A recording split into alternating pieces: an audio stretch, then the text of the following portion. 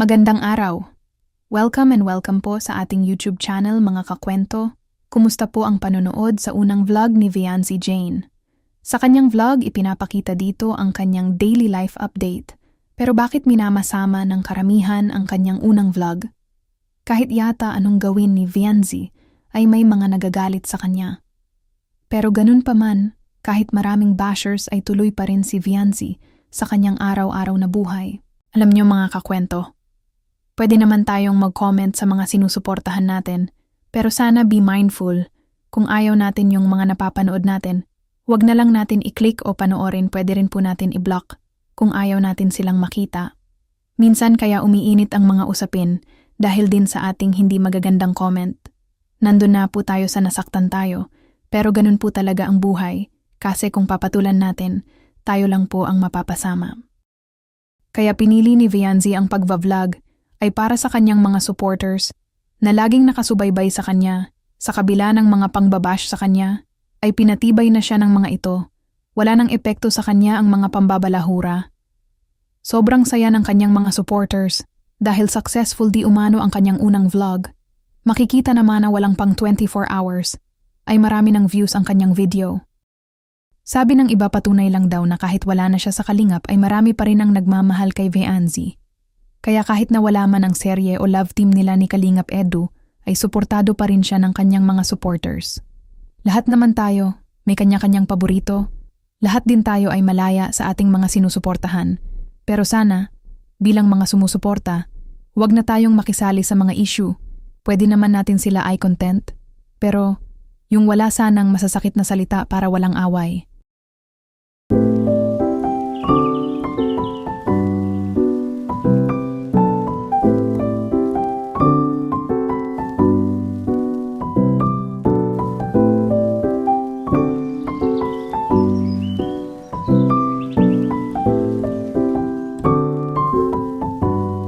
Sa kanyang video, kaya galit na galit ang mga bashers ni Viancy dahil may nabanggit ang kanyang mama Hansel sa Tarom na kung saan nakatira sina Rose Ann at Nanay Nora. Narito po ating panoorin. Ako'y magpapaalam. Saan ka pupunta? Mala ba? Alam mo sa ilog? Ama, Sino paano kasama muna? mo?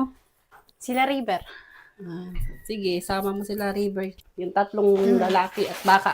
Balita ko may gustong magsabunot sa'yo. Wag lang sa Tarom ha. At baka masabunutan ka dun. Popo. Mahirap na. Ang tapang pala ng ano doon ay huwag kang pupunta doon. Si Totoy. Sama ka? Ha? Walang pantay. Masama ka sa ilog? Ha? Mailog tayo, mala ba? Ha?